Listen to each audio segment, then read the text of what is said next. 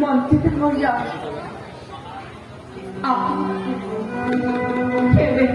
করবে না আপনার জ্ঞান পুরুষর হম পালে আমারও একটু লাগে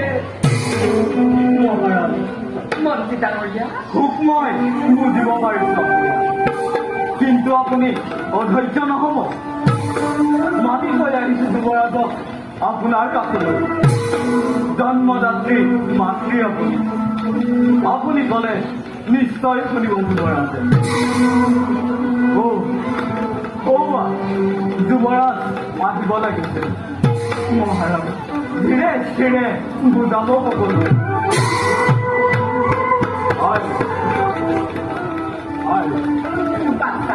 উত্তর খেলা মন্ত্রী বলে তোলে তুমি বলে মাতিছিল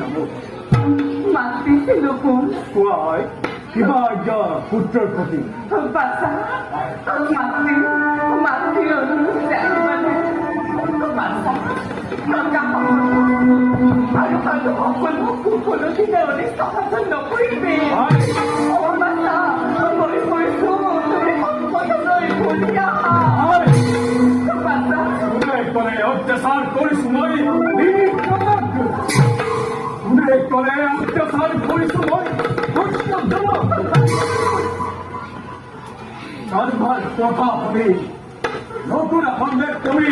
তোমার পুত্রটায়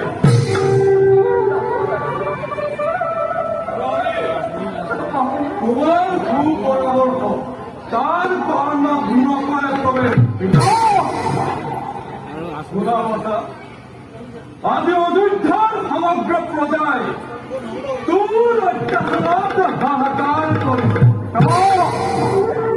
তোর অত্যাচার যজ্ঞ মুহুর হয়েছে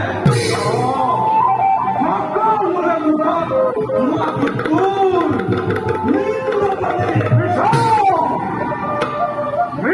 কথা পিতা শুনে চলে অত্যাচার করিস মই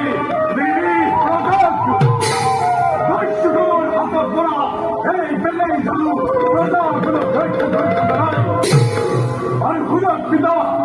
যাওয়ার চৈত্য করে ঋষি মুনি করে কামাত করেছে আমার ভবিষ্যৎ পিতা সরকার থেকে আমি ঋষি মুনি করে যাওয়ার চৈত্য করিয়া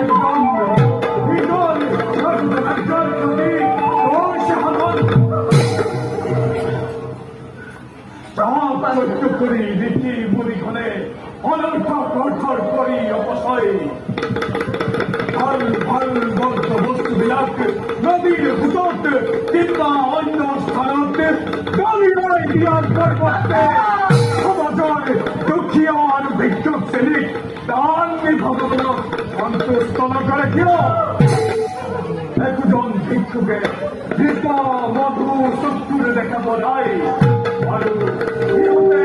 তাৰ দৰে অভিজ্ঞ দিব এইবিলাক কেনে নীতি পিতা